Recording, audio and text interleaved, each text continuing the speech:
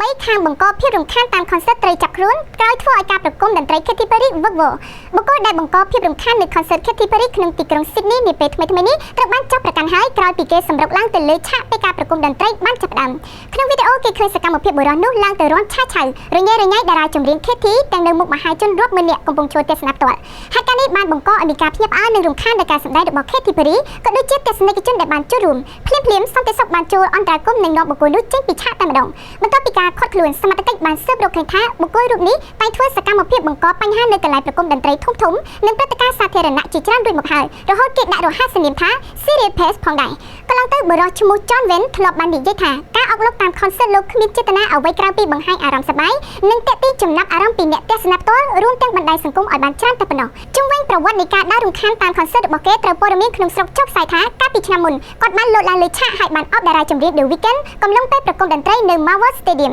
ហើយនៅឆ្នាំ2023វគ្គផ្ដាច់ព្រាត់ការប្រកួត Cricket World Cup គេបានរត់ចូលទៅទីលានបាល់ហើយចូលទៅជិតកីឡាករ Cricket Virat Kohli នៅខែវិច្ឆិកាឆ្នាំ2020គេត្រូវរងពិន័យចំនួន$250សម្រាប់ការលោតពីលើស្ពាន Brisbane Wood Race សូមបញ្ជាក់ថាបច្ចុប្បន្នសមត្ថកិច្ចកំពុងឃាត់ខ្លួនបុរសនេះដើម្បីរៀបចំបញ្ជូនទៅតុលាការក្នុងពេលឆាប់ៗ